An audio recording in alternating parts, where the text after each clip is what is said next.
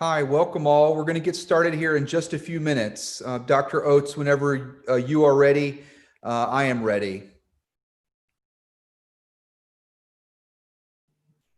I'm ready, sir.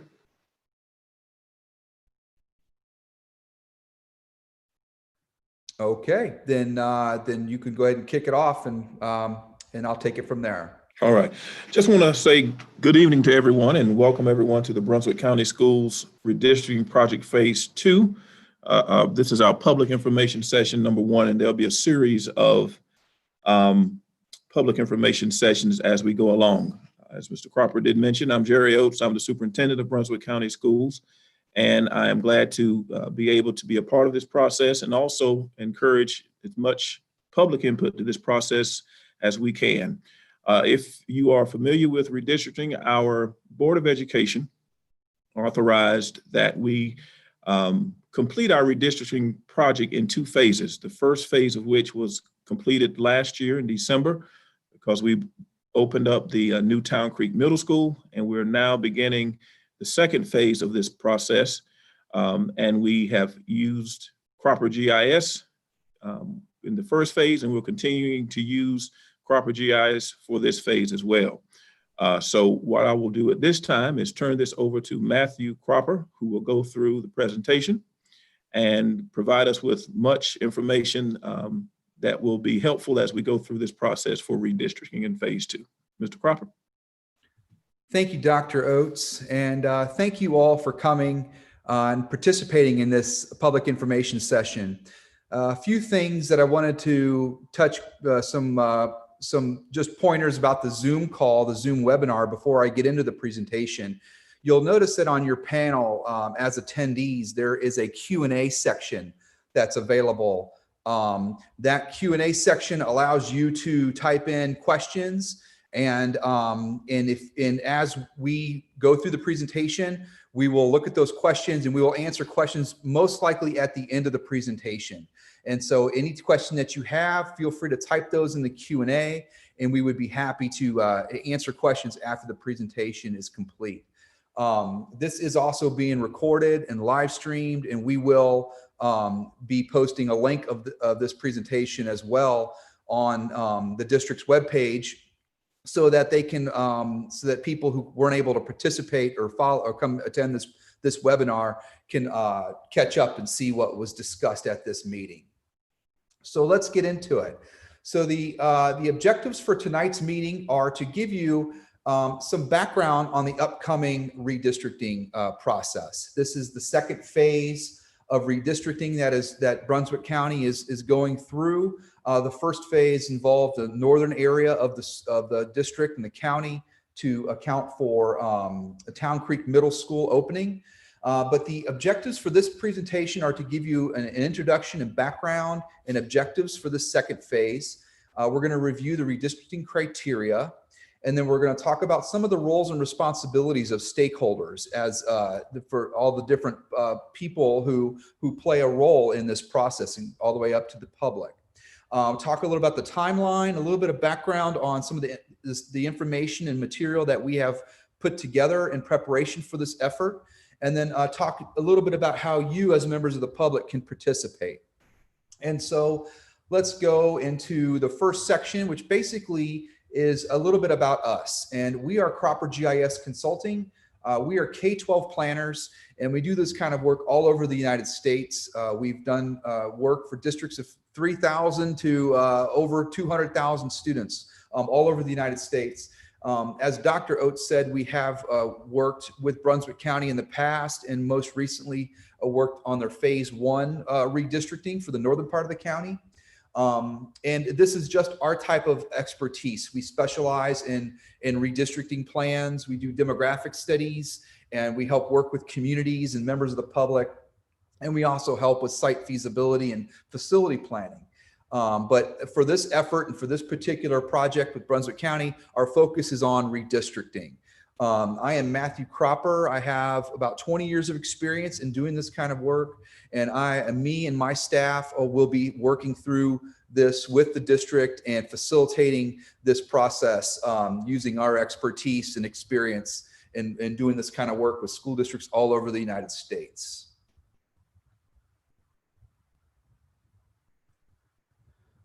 So let's talk a little bit about the background and some of our objectives. As I mentioned, phase one of the redistricting process ended just recently in this past year with the establishment of a zone for the new Town Creek Middle School.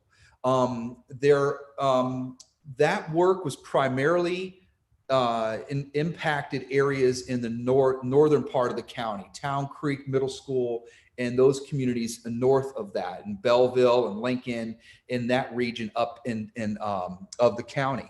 The second phase is really intended to take a comprehensive look at the rest of the district and see what adjustments need to be made to help balance building utilization of schools, as well as try to make feeder patterns as efficient as possible. So we're really looking at the second phase, most likely not having as much of an impact as the first phase, because that first phase was building a zone around a new building. So a lot of students were moved as part of that. This second phase is really looking at seeing where are there imbalances in utilization, where there may be some inefficiencies in a small percentage of students feeding from elementary to a middle school. Say if there's the 10% or 8% of a student population going to one middle and 92% are going to the other middle school from an elementary. That's something that we're going to evaluate, try to see if we can't get a better balance and efficiency in the feeder patterns. As students go from elementary to middle, they can go on to the next level with familiar faces and things like that. So our objectives for this second phase effort are to evaluate zones in the remainder of the district and make changes if necessary to better align feeder patterns and balance building utilization. So we're not going to be looking at moving every student in the county in this effort. I really think that we're looking at being efficient through the second phase and making adjustments with the focus on impacting as few students as possible while still accomplishing our objectives.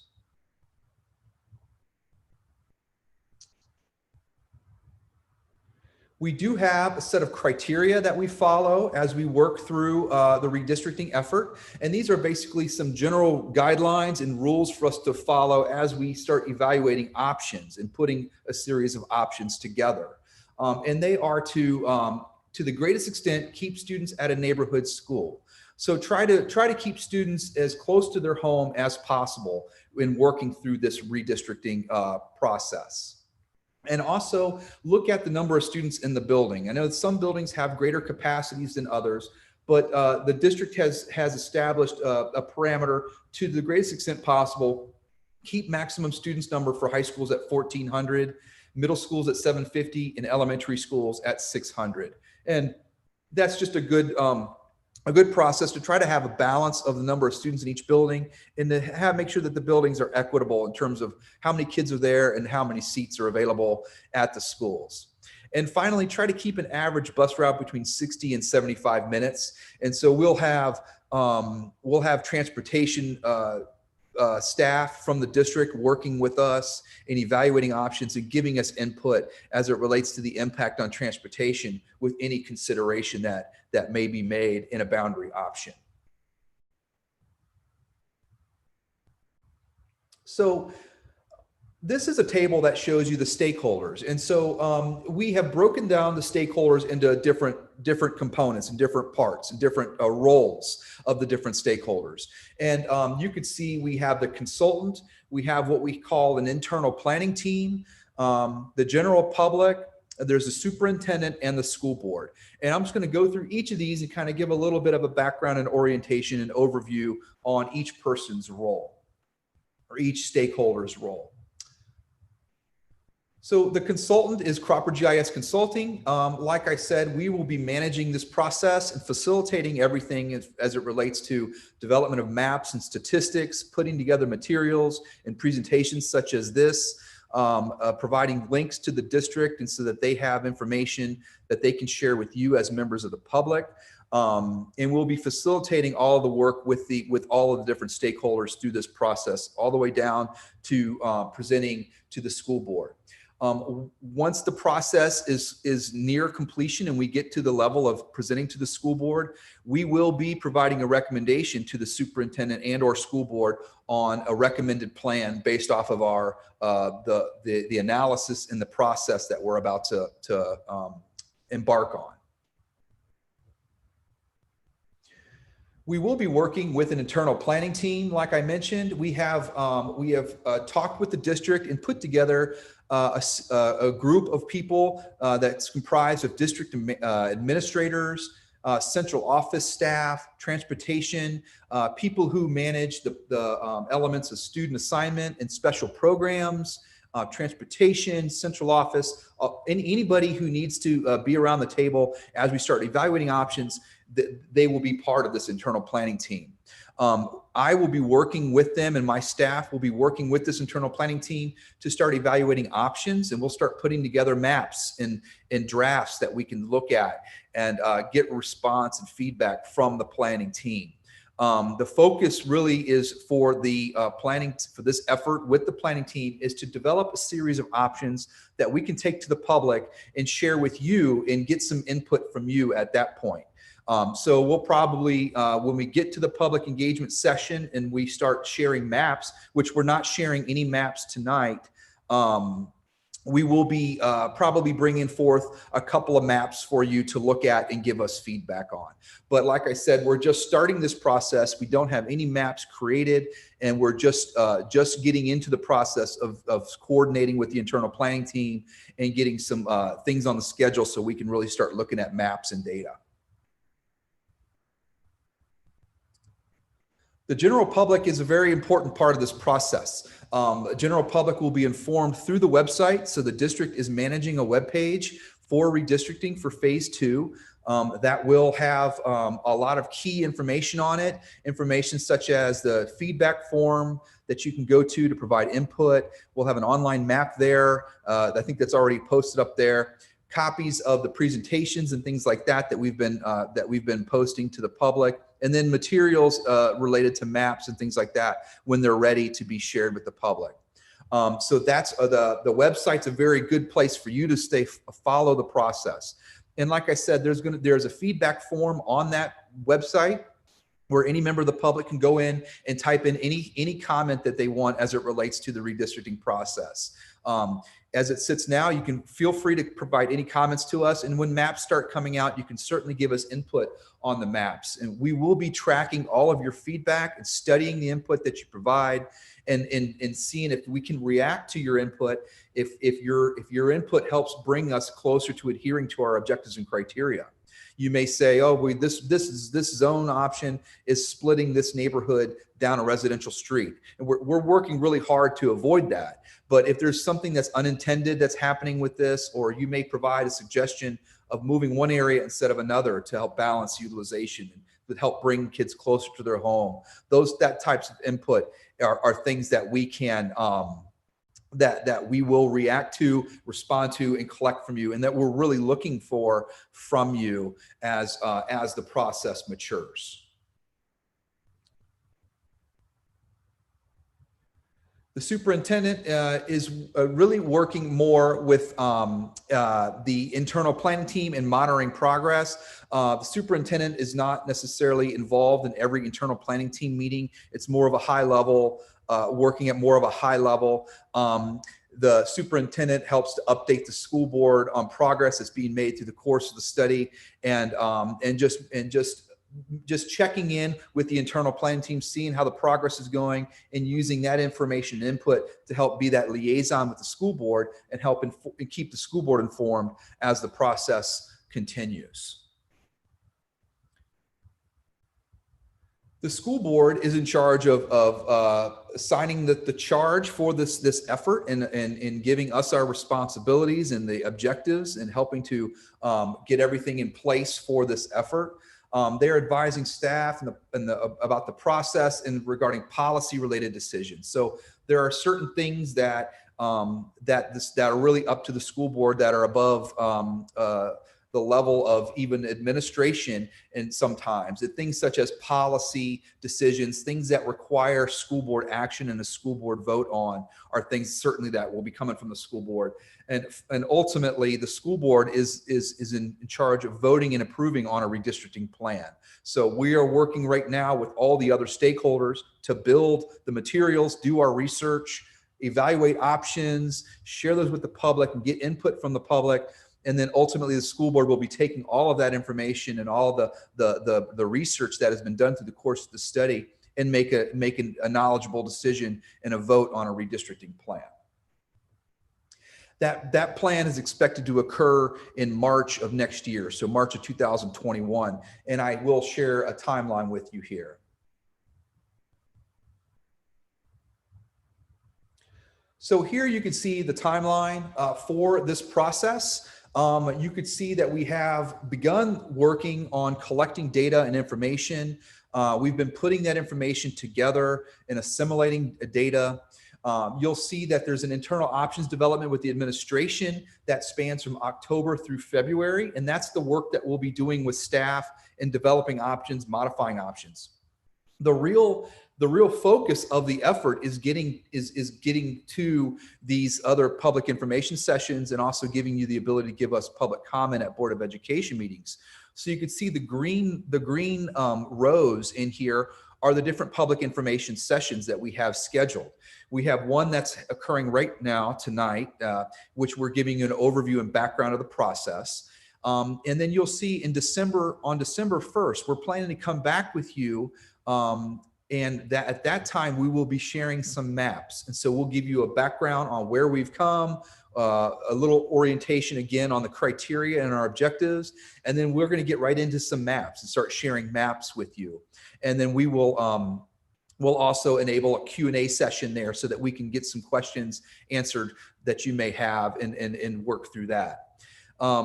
You'll see that there are also some pink rows that show some where the school board has offered extended public comments at their Board of Education meeting.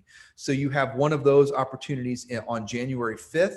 You also have an extended public comment opportunity on March 2nd, where the board will open the floor for discussion for redistricting, focused on the redistricting, and let the public provide their comments to them. Before you get to that March 2nd one, though, I should mention that there is another public information session in February. So between December and also the January public comment, as we're continuing to work through this, we'll continue to be evaluating options. And in the February meeting, we'll be bringing back another option or two with you to you for feedback and for input. It's possible at that time, as we near close to the recommendation, we may be down to one map, and that may be the map that we're considering, and just focusing on one map and getting input from you at that point. But we just want to make sure that there is plenty of time and plenty of opportunity in this process for the public to provide input. So really that's from October through March is really a good block of time in different key moments where we will be sharing information with you and looking for input from you as members of the public.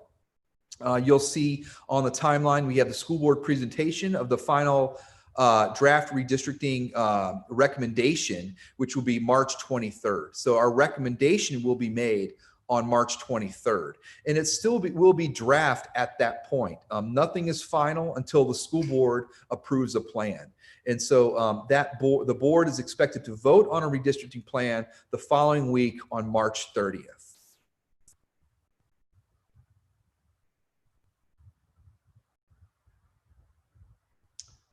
So I broke down the process pretty well on the table, but we have this also in text. So I'm just going to go through this rather quickly, just talking a little more detail about the different phases. And so, and as I showed you, data collection was the very first part of this process and getting information together.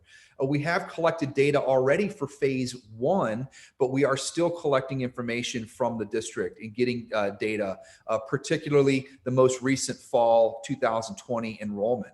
And then also looking at updated capacity information. So collecting data is something that we're leveraging data that we've already collected for phase one, but we're also supplementing that with new information as it is provided and available. So the second phase of this, once we collect information, is to put this information together into our mapping system. Like I said, we have a lot of data from phase one put together, but we are still looking at new updated capacity information from the county, and then also current enrollment for fall 2020 enrollment that we're incorporating into our maps and numbers and studying data with the most recent enrollment. Another thing that we've done that we talked about in phase one, but there are people who are maybe new to this process who weren't following with phase one. I wanted to cover something that we call planning blocks. And as we work through this process, you'll see us referring to what we refer to as planning blocks.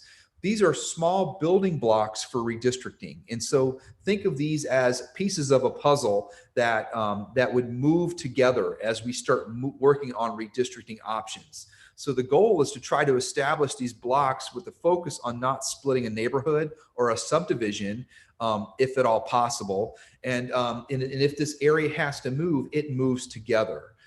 You'll see with each planning block, and you'll see maps, and I'll show you an interactive map here in a second. There is a planning block ID number. So the PB 170 on the center of the screen, that's the planning block 170. And below that, that label tells you how many students live within that planning block. And so in this particular map, I think we're showing the number of elementary students in this zone. And so this shows you the number of students that live within each planning block below the PB ID number. And so, so that's informative for members of the public as you are looking through planning blocks and trying to understand how many students live in an area. And you can also kind of understand if we're moving an area, why did we move this area and maybe not this area? Because one area may have 100 students in it, or another area may have only 20 in it or 10. And so it's work that it's something that we will be working through.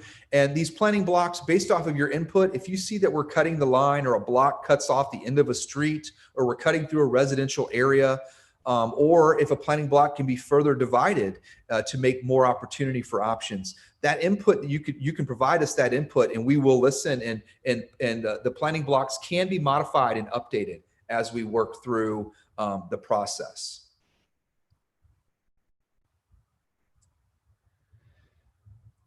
Another thing that we've built for this process is an online map. And so you have had an online map since phase one, but this is, we've updated this to really incorporate phase two with a focus on phase two. This is an interactive map that you can go to. The link for this is croppermap.com/BCS. And the link for this is also available on the redistricting page. This is going to be a site that we're going to use to help share options when they are available, and so that you can look at the map and see how options may impact you one way or the other. So what I'm going to do, I'll show you just give you a little preview, demonstration of the online map. So like I said, this is croppermap.com/BCS.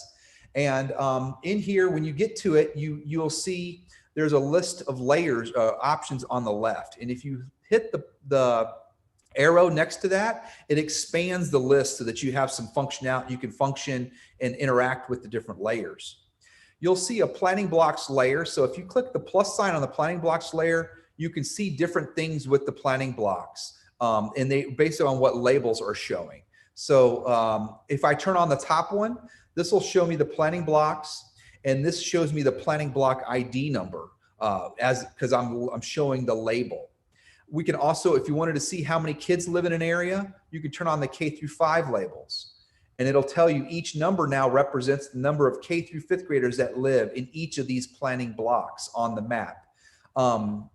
As you zoom into the map, you'll see that more detail starts to show up. And so I'm going to turn off the planning blocks for a second and just zoom in. And as you zoom in, you'll start to see more information. Road labels start to show up more. Getting in closer, you'll start to see property lines and parcel lines so that you could see how the property how the actual zone line follows property lines and things like that. And as you get in even closer, more road labels start to show up and things like this. So what I would recommend is, this is something that I use extensively, and us as staff members use this, and planning team uses it, and other communities have really found this to be useful. You can turn on and off different zones. You can turn on the elementary and turn on the middle school zones, see what the middle school zones look like. And you can also do that for the high school zones and see how they differ. And as you zoom in, and as the process matures, we'll start to have options on here. So we'll have, say, elementary draft option 1, option 2, and you'll see under current ES zones, you'll see draft elementary option 1, and you could turn that on and toggle back and forth to the options to see how the area changes and how your area may be impacted. There's also some information here, a cool tool to zoom to subdivisions. So if you'd like, we have a list of subdivisions from the county. So we can go to any particular subdivision here and see, just picking one out of the blue here, Benton Woods. It'll zoom to Benton Woods and show you the boundaries of Benton Woods. And that helps you if you want to know, well, I don't necessarily know on the map where I am, I can zoom to my subdivision and then find out where my subdivision is. And then you can toggle on and off different maps and kind of see how things look in your area. So that zoom to subdivision is useful. And like I said, we will be showing more information in detail on here when it is available. And we hope that you'll find this to be as useful as we do in communicating the details of how specific lines down to the street level are being considered for this process.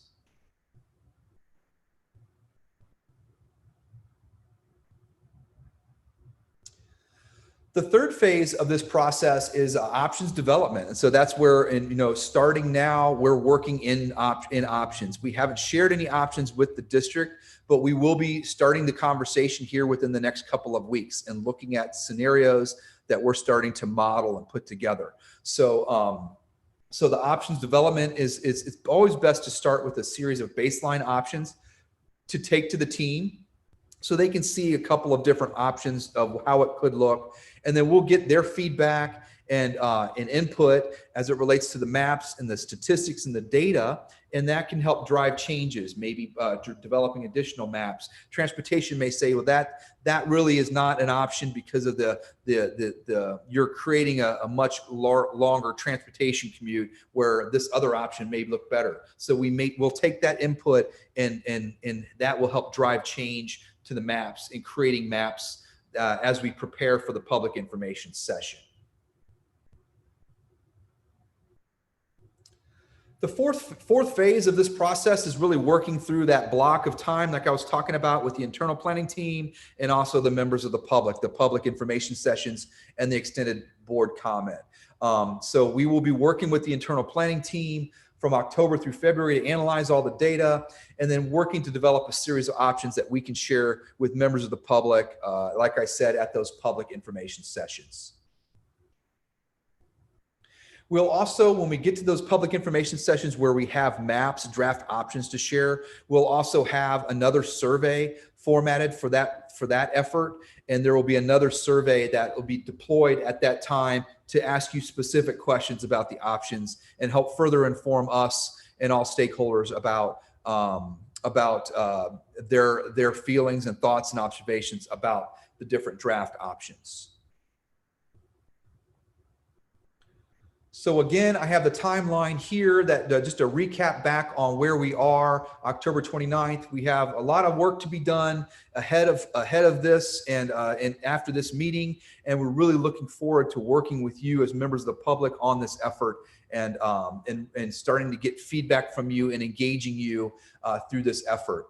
I should note that all of these public information sessions that we have scheduled on this calendar are planned to be virtual. There are no face-to-face meetings for the public information session. The extended public comments at the Board of Education meeting, if the Board of Ed hosts that meeting at a physical location, then that certainly is a possibility to go there to the physical location and provide your comment.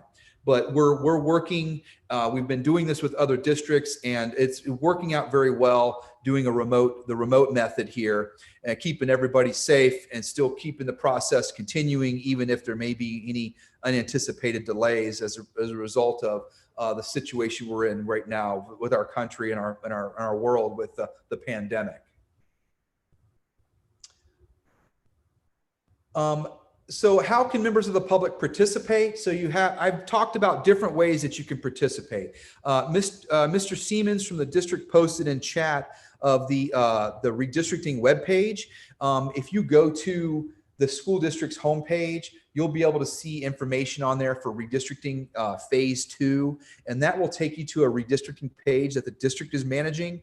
That will have information on there. Like I said, all the information that we're sharing with you that we have ready, we will be posting up here. Recordings of the presentations, maps and data when they're available, and the general feedback form, links to the online map, and anything else that's on here will be available. As we get questions and as questions come in from members of the public, we will start also to develop a frequently asked questions document that we can maintain and update so that we can manage questions that we are seeing, that we commonly see in other processes, and that we'll see that we may see from you as members of the public.